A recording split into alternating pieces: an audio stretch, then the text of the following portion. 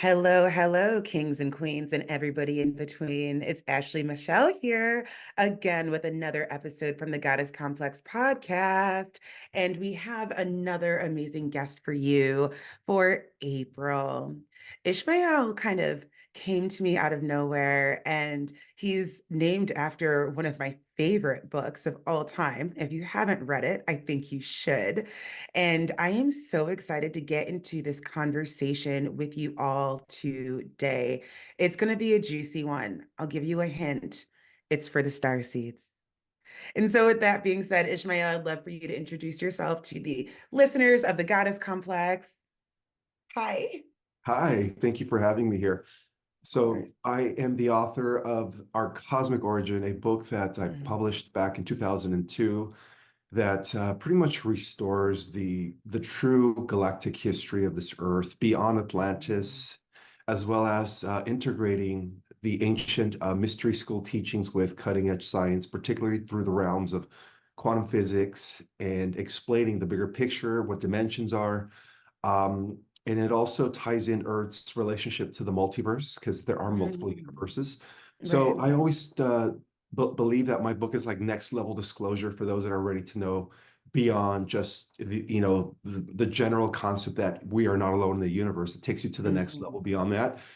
I am what you considered an awakened starseed, and what that means is Mhm. I was born into this realm. I call it realm because there's so many realms, Right. fully awakened as to who I was as a little kid. And so it was very difficult for me to fit in. I didn't Mhm. start getting downloads until the age of 18, 19, 20. And then that's when I started once again understanding that I was a multidimensional being, just like everyone else is. Mhm. And that's when I started my journey. So my entire journey on this planet has been one of really just rediscovering and reintegrating different fractals of my consciousness back into this third dimensional realm in order for me to understand who I am. Now, my main mission and purpose here is to bridge the gap between the galactic community and the Earth so that Yeah. the Earth could once again be reinstated back into the galactic community as it was during the days of Atlantis. And that's who I am. I am Ishmael Perez.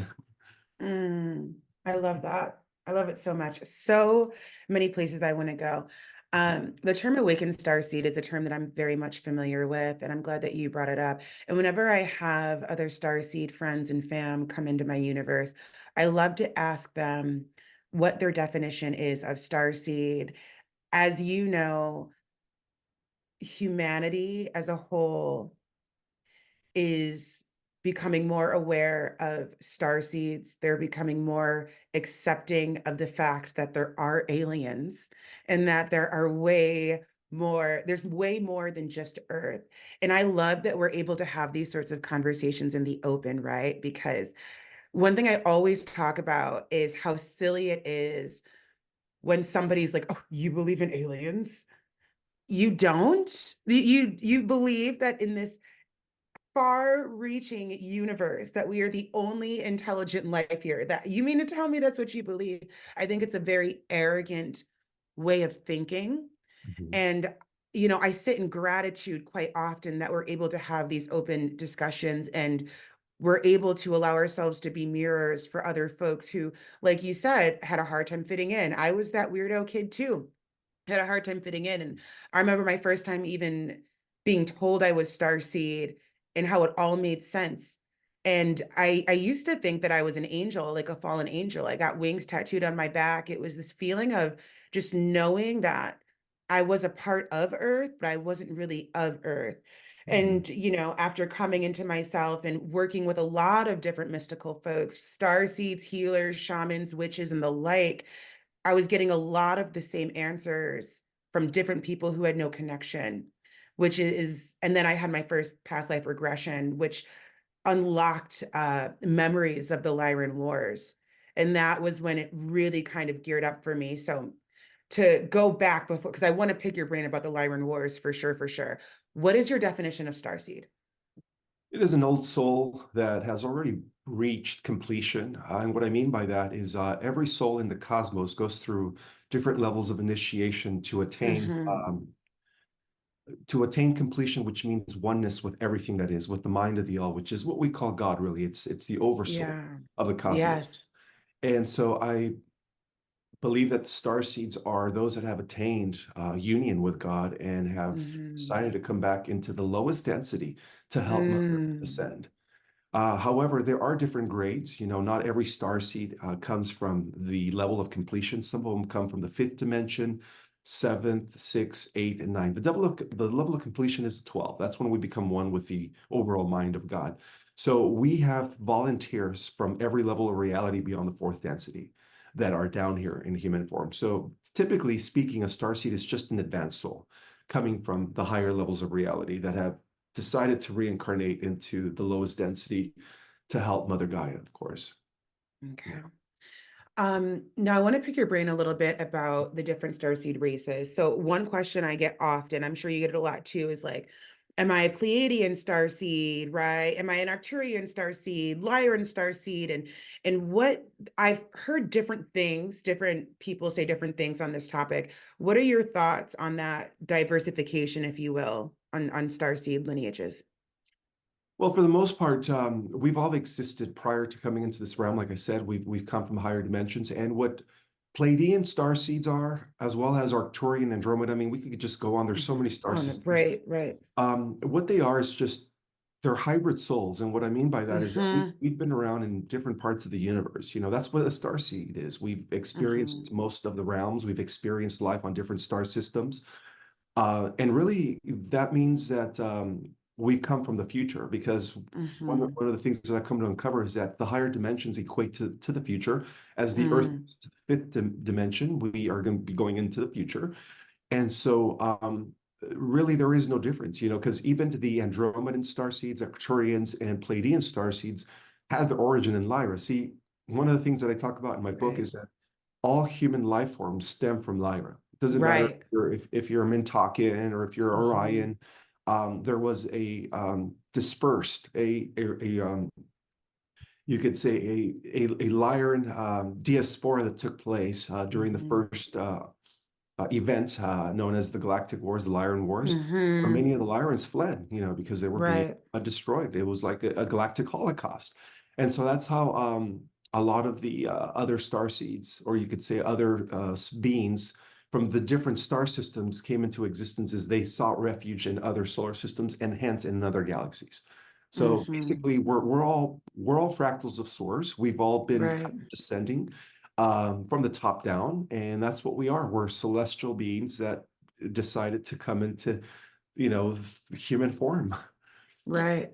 Mhm. How did you discover that you were starseed? What was that Oh, like I for you? kind of always known that. As a kid, I was very telepathic. I would communicate with plants and animals. I would read people's Yeah. thoughts, and Yeah. and that's one of the reasons why I knew that I was different because nobody else could do that. You know, my cousins, my Right. siblings, they all thought I was crazy. Yeah. Um, and that's Yeah. when I realized that I was different. But it wasn't until maybe at the age of 20 when I started doing Kriya Kundalini yoga, I started getting really serious Ooh. about my spirituality, where all of a Mm-hmm. sudden I started connecting with my higher self. And as a result of that, I started getting transmissions, I started getting downloads. Mm-hmm. Um, and that's when I realized that I wasn't, you know, just a human being, that I was somewhat of a hybrid, perhaps, or Mm-hmm. that I was just here on a special mission. But I also came to understand that I wasn't the only one, that there was Right. millions of my kind here in human form that were yet to be awakened. And so that's when I came to the realization that I was one of the volunteers. Mm-hmm. Mm-hmm. One of the volunteers, Dolores Cannon's work, The Three Waves Yeah. of Volunteers, such a good one, right? Oh, yeah. She's Uh, definitely a pioneer in this. Pioneer. If you all haven't heard of Dolores Cannon and this conversation interests you, I suggest you start there. Um, Speaking of which, I felt like you were kind of reading my thoughts a little bit when you said they all thought I was crazy because that's where I wanted to go next. What do you say to the naysayers? What do you say to the folks that think we're crazy? The folks that are like starseeds, what? Like, what's wrong with you? You know what I mean? What do you say to them? And I ask you this because I have an influx of newbies, of spiritual babies, if you will, coming into my universe right now at this point because of the work that I'm in, right? Mhm. And I have been called from spirit, source, God, universe to almost kind of go back to basics in my work and the fundamentals that built Starseed Shadows, which is basically tarot and astrology, to kind of almost re-nurture the collective at where I'm at right now and start them off slow. And one continuous thing that continues to come up is what we call in like the witch world is being in the broom closet, being afraid of expressing yourself authentically, whether it is on a public platform like Instagram or TikTok, or whether it's to your partner, right? All those different levels. And I understand how that can be something that people fear. I've always been extrovert. I'm a Sagittarius sun. I've always been like, I don't give a fuck. This is who I am, you know? Mhm. Um, what do you say to those people that are struggling with that? And what do you say to the folks that have called you crazy, that have said that this isn't real, that have said you need help? That is a very good question, and something that a lot of us actually experience and throughout Right, life. right. Um, it's very harsh at times because Mm-hmm. when you're first awakening to who you are and you're trying to fit in and adapt to the rest of the world, it seems like Yeah, you become outcasted, like a a little misfit. bit. And Mm-hmm. it's very hard, at times it does cause a little bit of depression. I'm not going to lie. There was times Mm-hmm. in my life where I would plunge into, low moments where I just felt like, Mm-hmm. well, how come I'm not being accepted here? Why is everybody thinking I'm weird? The best Right. to do is to just understand that not everybody's ready to know who you are, and Yeah. go with the flow. And there are certain people that are meant to know, and there are certain people that are not meant to know. So I would say use your intuition to decipher, to see who, not decipher, but to kind of see who you could share the information with, because Mm-hmm. everybody's on different levels of understanding. And so Yeah. it's best to just be confident in yourself and Mm-hmm. just kind of understand that, you are not crazy, Right. and that you're here for a divine mission.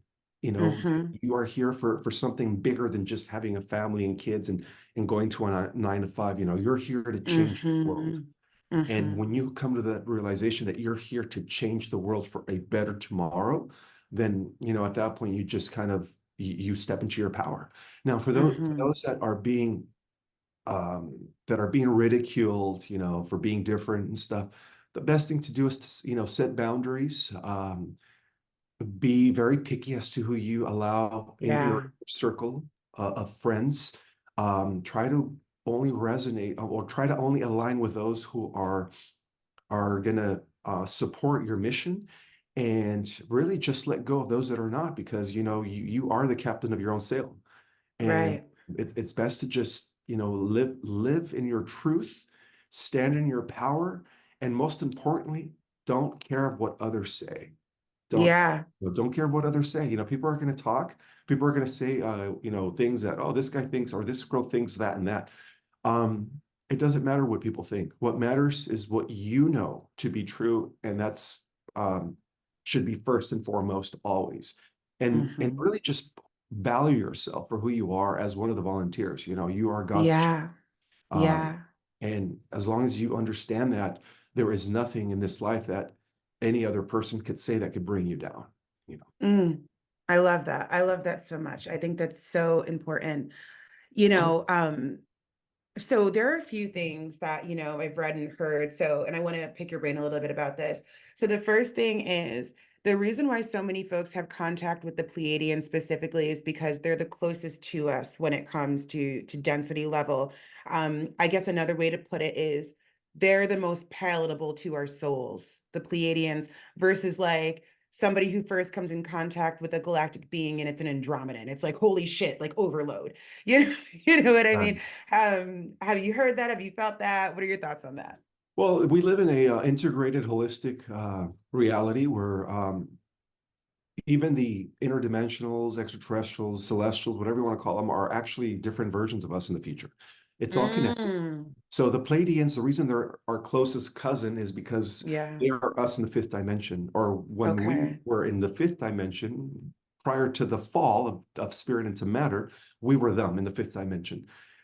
So that's why they're our closest cousin to us. And genetically speaking, they do resemble us the most, you know. Mm-hmm. But also we come to understand, I've come to understand that the different star races are just different versions of the same people, you know. Like, for Mm-hmm. instance, the Andromedans are the seventh dimensional versions of the Mm-hmm. Pleiadians. The Mm-hmm. Arcturians are the ninth dimensional versions of the Andromedans. The And the Lyra reptilians? the reptilians are the fallen angels. Those are the ones that decided to rebel against the one. They decided to go against Mm-hmm. consciousness, and they created that separation, that duality, Mm-hmm. that polarity. Um, Mm-hmm. that's began what I call in my book the Galactic Wars. So Okay. even them, we have to love our enemies, because of the fact that Yeah. they also have souls. They were hijacked, unfortunately, by an ancient AI that invaded our universe from another universe, and so they are Mm-hmm. also victims. They are victims of cybernetic tyranny. They are Mm-hmm. victims of the archonic entities that broke Mm-hmm. away from Source consciousness when Source decided to explore more of itself in the grand, before everything came into existence, when everything was just one singular point of consciousness.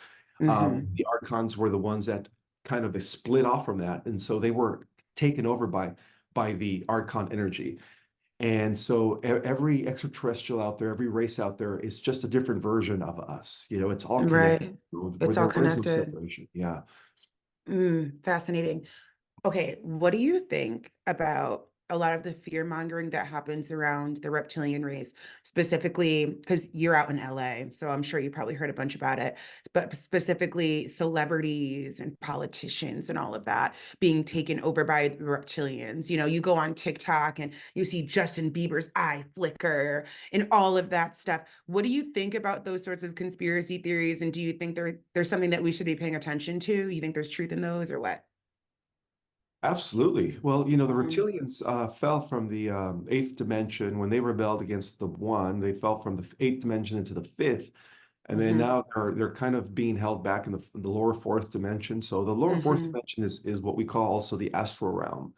So hmm it is from that level of reality where they're able to pretty much overshadow or possess people that are exerting that type of frequency, which is hmm avarice, malice, jealousy, hmm competition. Those are the hmm the, the vibrational frequencies that align you with these fallen entities. So that's why it's very important Right, to keep track and check your own emotions, because right, depending on what you're emitting, that's what you attract.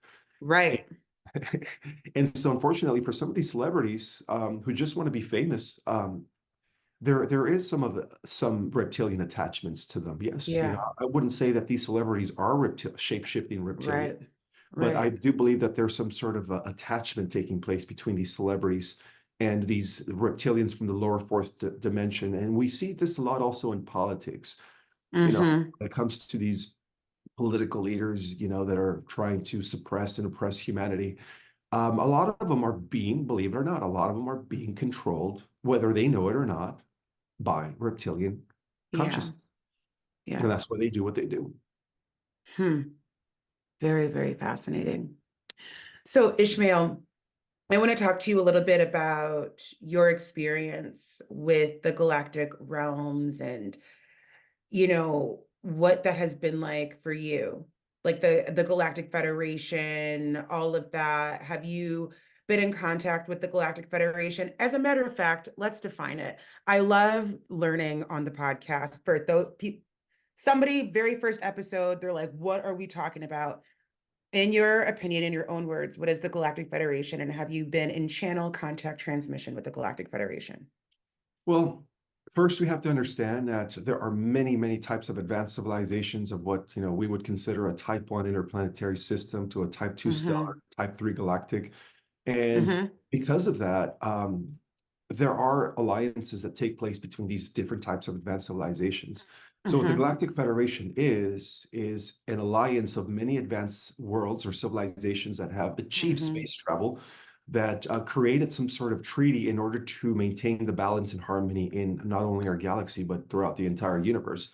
So wherever there are sentient, biological, whether you're human-like or whether you are cetacean, which is a dolphin whale, whether you are Mm-hmm. feline, I mean, there is just a gazillion of races out there that are benevolent.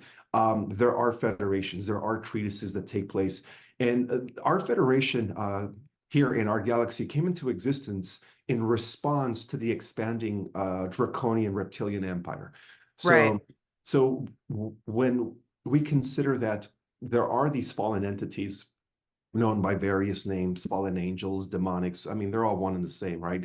Gods, Mm-hmm. angels, and extraterrestrials, different terminologies describing the same Right. entities.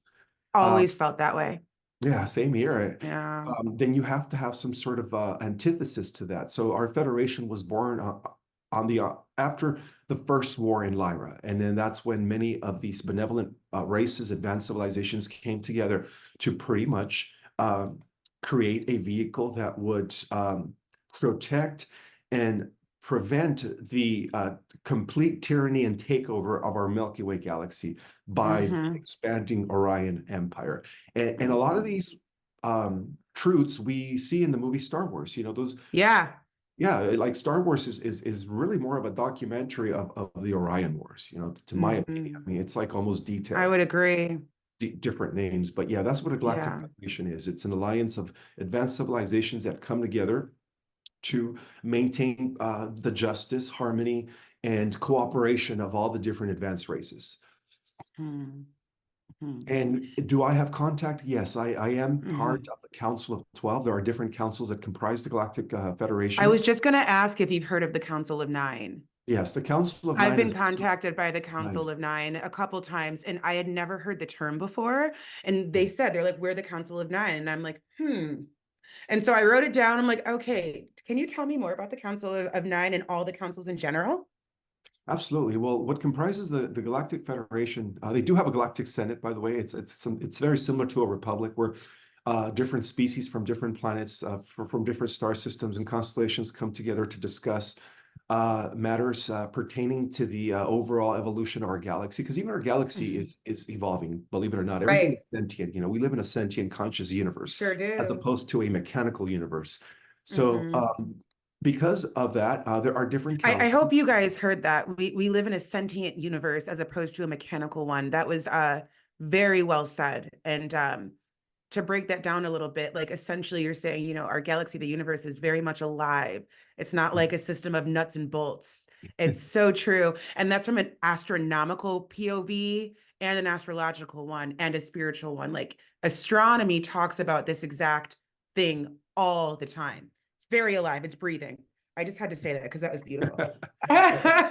Oh yeah, I mean it's the greater organism, right? We're all cells in Hmm. our planet, our cells in our galaxy, and our galaxy and galaxies are cells in universes. And just Hmm. whether you go deep in the micro world, you know, even each cell Hmm. itself, it becomes a universe into Again, itself. exactly. Isn't that So fascinating? I the love it. holographic concept of reality. I love how quantum physics is Ah, bridging the gap between what the ancient mystics and seers and shamans already knew. it's so crazy. Have you heard of the book, The Holographic Universe? I have by Michael Michael. Yes, yes. Talbot. Yeah. So good. And he Yeah. talks very much about that and connects like quantum physics with Mm, spirituality and fascinating read. Fascinating read. But I absolutely. interrupted you. But yeah, No, so no, it's okay. councils. Let's So yeah. there are different councils. From the top down, we have the Syrian High Council, which is the main administrating governing board that oversees the affairs of our entire universe. And they are located in the big blue star known as Sirius B. Of course, we also Mm, have Sirius A and C, but Sirius B mhm, is pretty much the headquarters of the High Council that oversees all the other councils within the lower realms. So they operate from what I call in my book the 10 and 11 and 12 dimension, which is a realm of mhm, pre-material uh, liquid light. There is no matter. They're just pure light mhm, beyond the crystalline structure. mhm, And then underneath them, you have the Council of Nine. The Council of Nine mhm, is composed of nine main star system. The main one being Alcyone, which is the central sun mhm, that our solar system is a part of. So we have the seven sisters. I'm sure you've heard of the seven Yes. sisters, of the Yes. Pleiades. So we're called the Mm-hmm. eighth missing star. So Alcyon is our parent star, and then in Mm. turn, Sirius B is our grandparent star. So even stars are Oh, part of the family or cluster of stars. right. So the Council of Nine consists of nine different solar systems that oversee the evolution of our galaxy. So the Council of 12 oversees the evolution of our universe, but each universe has many galaxies. So within our galaxy, you have the Council of Nine, and then we also have the Council of Five. Now, the Mm-hmm. Council of Five is more local. It's more related to our local star cluster, but it also Mm-hmm. has to do with the five parallel Earths. And what I mean by that is that because we do live in a multiverse, there are alternative timelines Mm-hmm. and alternative Earths where, reality is Mm-hmm. slightly different. I know for The some, Mandela effect. the Mandela effect, exactly. So the Mm-hmm. Council of Five is the different representatives from the timelines where there was no infiltration, where Atlantis is still existing in its golden age, golden era. So that's Earth parallel number four. Atlantis is Mm-hmm. still fully intact. Earth number three is where Lemuria was never invaded and it was, Oh, wow. corrupted. Parallel Earth 2 is where Hyperborea is still fully intact. And these are civilizations Mm. that existed prior to Atlantis. I know some people are thinking, what Mm-hmm. are you talking about? We've only been here 6,000 years. Well, everything's a lie, guys. Right, We've been right. here for millions of years. Millions, yeah. Million. And then the first parallel Earth is Polaria. Polaria was the first Mm. root race that came to reality, into existence here in our world 40 million years ago, which was a luminal civilization. There was no matter yet. Mm-hmm. So that's the Council of Five, and of course the Golden Age of Egypt. So altogether, Yes. we are part of the Council of, well, we could say that we're in the fifth Earth, but there are four other Earths that never fell, four other Okay. Earths where the timelines are still positive. And so that's what Mm. comprises the Council of Five. So all of these councils are actually working together because we're considered the mainframe, the nexus of everything. Whatever happens here will have an ultimate effect on every level of reality and on every timeline. Yeah, yeah, yeah. Ooh, I love it. Okay, what do you think about the theory that we were a science experiment? I'm sure you've heard of that from other, I forget the name of the race, but they were known as like the scientists, right? And so right around the golden age of Egypt, I've read some theories that, we essentially started out as like a hybrid race and we were a science experiment. Have you heard of this before? I have. Are you talking about the Anunnaki? Yes, thank you. I knew it started with an A, but I didn't want to be wrong. I am talking about the Anunnaki. I want to dive into the Anunnaki a little bit because they are fucking fascinating. And so essentially what I've read, and please correct me if I'm wrong, but I've read that the Anunnaki are kind of almost kind of like our parents, if you will, doing sort of science experiments to create this humanoid breed. And that's where kind of like enslavement essentially happened. Not like Well, slavery, but enslavement. Do you know what I mean? yeah, well, the Anunnaki, there are two factions of the Anunnaki. There was a split when the reptilians invaded planet Mm-hmm. Nibiru. They come from planet Nibiru. It's a Mm-hmm. rogue planet that has been known throughout galactic history as the planetary battle starship of Mm-hmm. the Guardians. So the original Anunnaki actually originated in Sirius, and they were good. Mm-hmm. And they were designed to protect our galaxy from the Mm-hmm. expanding Orion Empire. So they were working within the councils of the Federation, but there were various attempts to infiltrate them three times. The first time happened over 2 million years ago, and of course, the uh, the original descendants of the original house of Sirius B were able to block the infiltration.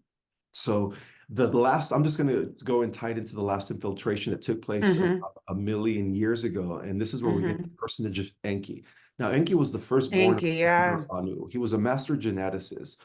And during Mm-hmm. those That's days, there exactly was, what I'm talking about. This is yeah. exactly, go ahead. Yeah. All right. Excited. So going back to Atlantean times, the Atlantean civilization was actually what began by the good Anunnaki, but then Enki came into Mm-hmm. the picture. His mother was the Queen of Draco.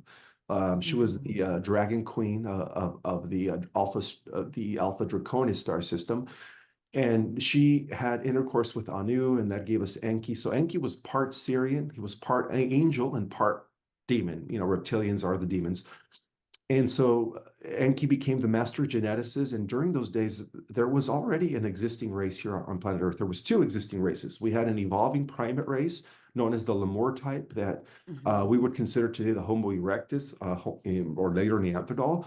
And then there was the descending race that came from Lyra that was what our ancestors really were, which was a 12-strand DNA already existing immortal human race, and they were the original Atlanteans. Well, the Anunnaki were supposed to protect the evolving human race in order for them to one day reach their full capacity. And because we haven't yet reached our full capacity, and that's why, through Enki, they were able to manipulate us, and then they created a slave race. And this is how they did it.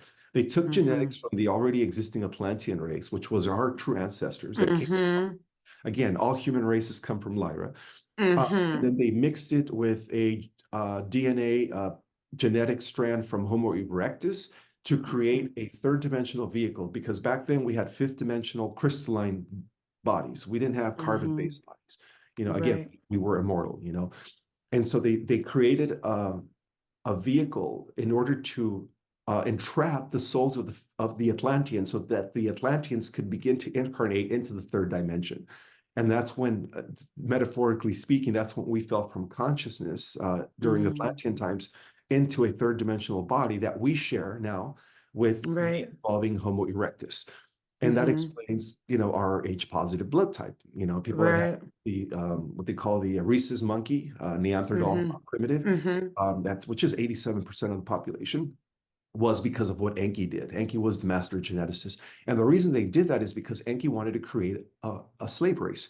Back then, the Anunnaki were here mining gold in order to dispatch it into their atmosphere, because their planet here was leaking. It had a hole in the atmosphere, and it was causing their race to it was causing their lifespan to shorten. So the only solution was to get the gold here from planet Earth, convert it to subatomic dust particles known as monoatomic, in order to, fix their issue. But they didn't want to do the work. So what they did is they created a slave race. And this is where we get the concept of us being, enslaved into the alien force that took us over during Atlantean times. And this alien force were the descendants of Enki, by the way. So in the Bible, we see them as the fallen angels, and prohibited to mate with the daughters of men. And then that's when we have Nephilim. And so the flood needed to happen to destroy the Nephilim. I mean, a lot of the allegories and metaphors within the Old Testament pertain to the activity. Fascinating. Yeah, pertain to the activities of the Anunnakis. Totally. Yeah, that's what happened. We were downgraded. Yeah. Oh, I love it. I love it. Everything you just said was exactly what I was talking about. So I'm glad we got there. I'd love to talk a little bit about the Lyran Wars. I've talked about it on the Goddess Complex a few times here. But I'd love to break that down, because that was a very fundamental piece in our history. The Galactic Wars, the Great Wars, the Lyran Wars, whatever you want to call them. And in your own voice, in your own words, what happened and what happened thereafter? All right. Well, going back to 560 million years before any wars existed, the Lyrans were the first humans to come into our reality, into our time matrix here in our universe. Bear in mind that there are many other universes that were existing prior to the creation of our own universe. And so the human race, or may I call it the Adamic blueprint, has always existed. So there's human beings throughout many universes. We're not the only human prototype. In fact, we are a special type of human prototype, because there was a lot of genetics that was borrowed from all kinds of Adamic races to create a very powerful human race. And that's why we are considered, galactic royalty or universal royalty, because we are a hybrid of many different Adamic DNAs. But to answer your question, when the Lyrans first came into existence on planet Avion in the 8th dimension, they actually descended from the 12th dimension, from a planet which was the higher dimensional version of Avion, known as Aramatena. And so they descended into the 8th dimension to explore life in the physical realm. That's when things start, becoming more physical. So physicality does exist, but it's more of a subtle type of matter, right? In higher dimensions. We're just the most, this body that we are experiencing right now is just the most congealed form of matter, which is very, very dense. But Yeah. when they first came into reality, they popped into existence on planet Avion, and they were being protected by a feline race, which is actually our protecting race. So the felines, which are hominids from the neck down, and what I mean by that is they have a human body from the neck down with Mm-hmm. a face of a cat. And so the Mm-hmm. felines transferred over from another universe to help protect the original Adamic race that came into our reality 560 million years ago. And everything was fine. You know, the original humans were taught to to live in cooperation and harmony with other beings. They were also very spiritually advanced, super psychic. They had active light bodies. So they were able to travel to other solar systems through the extension of their Merkaba, which is our light body, Mm-hmm. Mm-hmm. um, and which was our original vehicle, by the way. So they were Yeah. able to explore peacefully into other solar systems. However, on the other side of the galaxy, we also had another race that popped into our reality, or well, I call it, were just dropped off into our reality by this ancient alien AI that they work for, in order to do the opposite, to try to bring our galaxy and our universe under their control and domination and exploitation. And so they were both given two creation myths. The Lyran's creation myth was about living in harmony and living according to the law of one, which is service to others, seeing Mm-hmm. everything as sacred, seeing everything in our universe as one interconnected whole. So they treated everything with such respect. While the Mm-hmm. reptilians, on the other hand, were given the opposite creation myth, which was to vanquish, destroy, exploit, and do whatever they wanted in service to self, right? Where the end Mm-hmm. justifies the means. And so what we see here is two opposite forces that eventually came into each other's reality. So when the reptilians first came into the existence, or came when they first found out that the Lyrans were in our reality, or in their reality, is during the Ring Nebula, where they were exploring and trying to conquer worlds in the Ring Nebula. Mm-hmm. It came into the presence of the Lyrans, and they were kind of fascinated, but at the same time they were intrigued as to why the Lyrans were not using any external technology. They were using, to them it was magic the way they were doing things. So Mm-hmm. after observing them for a few hundred years, the reptilians decided to launch a preemptive strike against Lyrans. And then Mm-hmm. found out that they came from the Lyra system. So afterwards, the reptilians, the generals of the Draco Star system, sent a lot of uh, military expeditions over to Lyra to destroy the human race, because they had a prophecy that they were the ones that were going to dominate the galaxy and hence the universe. And so they needed to destroy the human race because Right. the original humans from Lyra were also expanding. And Yeah. luckily, the Council of Lyra, known as the Council of Elohim, Elohim. Elohim, Yes. yeah, that's where they originate from. Ah. They foresaw the danger. So what they did is they had most of the Lyrans seek refuge and leave the star system to hide, and protect themselves and go into other solar systems and other parts of the universe. And so the remaining Lyrans were unfortunately slaughtered when the reptilians arrived, and that was just not a good thing because the Lyrans didn't have any weapons. They had no concept of Mm-hmm. war. They had no malice or hatred in their bodies or in their bones. They were all about purity and spirituality. And so, unfortunately for them, because of that, the reptilians came and they just slaughtered them, for those that remained, of course. And that's what initiated Right. overall the Galactic Wars. Of course, a Mm-hmm. couple million years later, those Lyrans that did escape the original onslaught began developing defense forces, little pockets of federations, confederations, and then little by little, they created a galactic federation to Okay. defend themselves from the reptilians who were out to pretty much destroy all human life in our Okay. galaxy. Okay. Love that. I have a few questions. So I'm trying to think of the first one I have now. So my first question is, I know personally, I have read so much and studied so much on these topics and more. Where do you get your information from? Is my question. And I know it's a loaded question, right? Because when Right. you've been working in spirituality for fucking years, it's like to all sorts of places, you know what I mean? So can we talk a little bit about that? Absolutely. Well, for the most part, like I said, when I was 21, after Kriya Kundalini Yoga meditation, which was something that I started, practicing as a result of me kind of remembering who I was. I started Mm, connecting with a future version of myself, which actually is from mm, Myra. I am a feline in the eighth dimension. mm-hmm, And that future version of myself, which was telling me that they were representing the Council of 12, which is in Sirius. So I guess mm-hmm. that part of me is part of the Council of 12 in Sirius, was giving me information about the Galactic Wars and what happened. Yeah. And I started feeling like, well, is there any substance to this? How can I confirm all of this? So I started researching, and back then there wasn't really anything about this except little books here and there, like by Barbara Handclough, Yeah, yeah, yeah. who was our Pleiadian sister. Mm-hmm, Who else was out there? Barbara Marcianic. mm-hmm. And I think that was it. So I read a little bit on their work, and that kind of validated a lot of the downloads that I was receiving. Same, But yeah. over the years, I just started trusting my downloads that Yeah. even though there weren't any records to Right. date them, they were actually correct. And so I went Mm-hmm, forward and I just started writing my book, Our Cosmic Origin. It took me like 10 years mm-hmm. to write because I Wow. would only write when I felt inspired, of course. Right, of Download course. I'm before. the same way. If I'm not inspired, it's not happening. I can't give Yeah, it's not myself a gonna. I'll just schedule. sit there in front of my laptop, not knowing what to type. Mm-hmm, mm-hmm. Oh, So I that's love how it that. happened. It was all transmissions that I was receiving Yeah. from Galactic Self. Yeah. And everything you've said today has come across in my own research in one way, shape, or form. Every single thing. So I think that's super fascinating too. I love those parallels.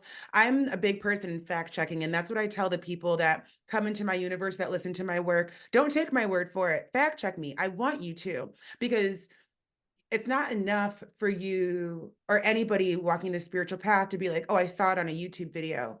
That's not enough. Like, if you want to walk the spiritual path, you've got to know it. You've got to hold it. You've got to have the frequency, right? You've got to be that frequency to hold it. And so I'm a firm believer in like, fact check the fuck out of me, please. I want you to do that for yourself, not for me.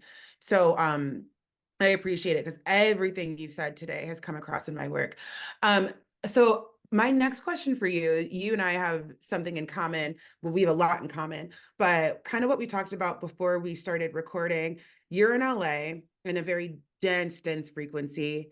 I'm in reality TV, a very dense, dense frequency.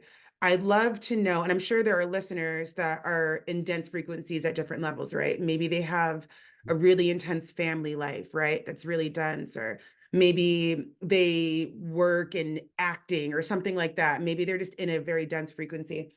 Maybe they're dealing with, losing their job and not knowing how to provide, but they feel this call towards spirituality and they know they're here for something bigger, something more.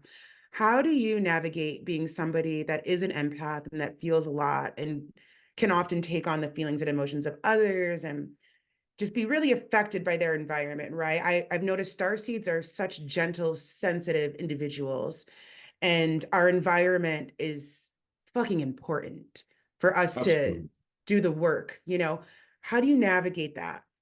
Well, first of all, because of the fact that the planet has energetic grid, a pattern or ley lines, you could say, different energy Yeah, centers. Everyone's there. Everyone is where they need to be. That's why we're scattered right. throughout the entire planet because you're a beacon. You're an anchor of the gamma ray frequencies that are coming in from the galactic Mm-hmm. core via our sun. So your Mm-hmm. vehicle is infusing that part of the planet with higher energetics in order to bring the planet Mm-hmm. back to the fifth dimensional reality.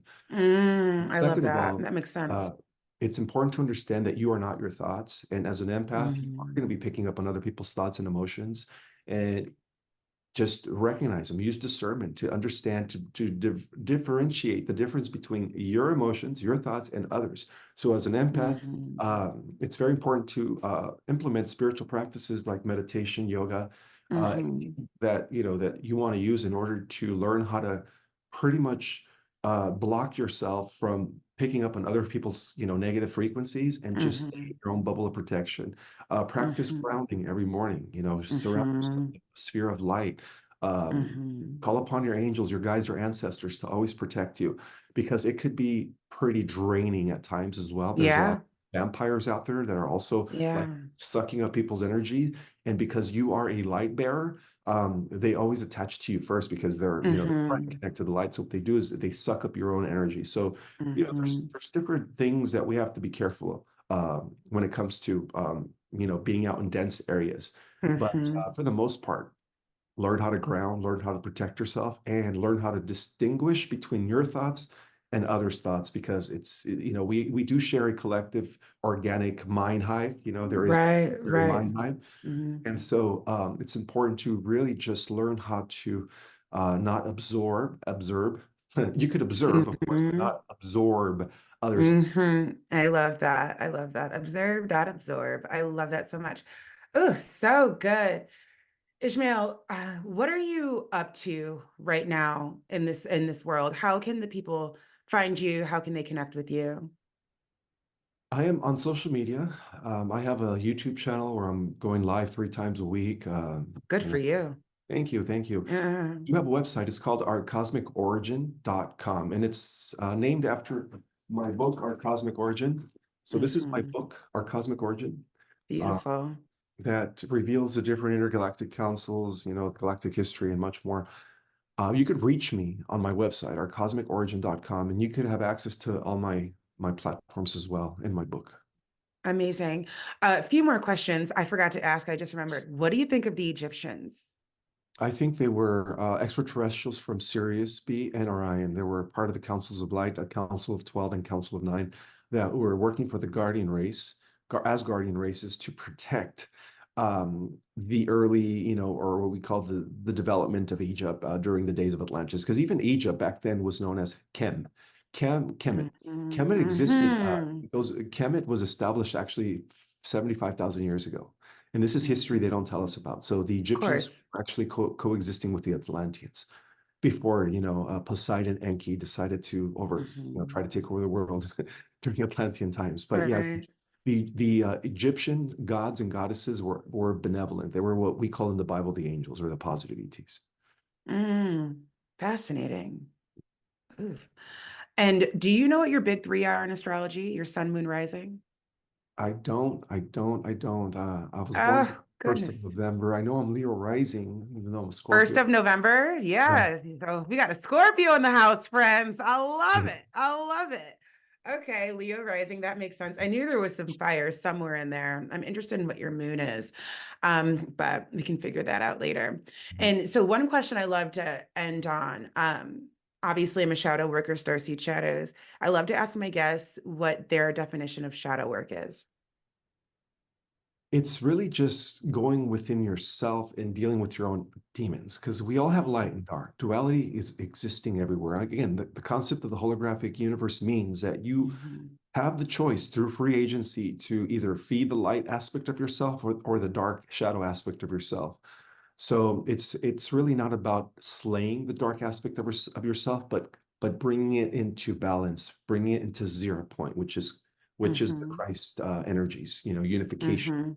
collapsing the Mhm. polarity duality into the oneness. And then Mhm. when you begin to do that by doing the internal work, by clearing out all the emotional wounds, and if you even want to take it to the extent of clearing out your entire ancestry lineage, then do so, Mhm. because all of your ancestors are and your descendants are one big oversoul in a higher dimension. Mhm.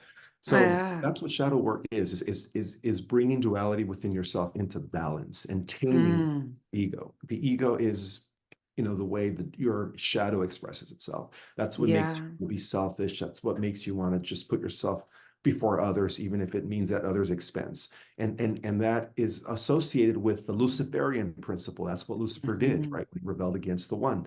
So Right. bear in mind that we all have the potential for good and evil within all of us. And so it's best to Mhm. just learn how to bring that into balance within yourself. Beautiful explanation. I love it. Ishmael, thank you so much for coming on the podcast today. This was such an amazing way to start my Monday. I can't wait to drop this to my universe. They're going to love it. Awesome. It was a pleasure being here as well. Thank you so much for having me here. Of course. And as you all know, make sure you share the episode. Give us a 5-star review. Tag us on the gram. All of Ishmael's links will be down below in the show notes. Let us know what you think, and we will see you in the next one. Ciao, ciao for now. Hello, friends. I hope you loved today's episode.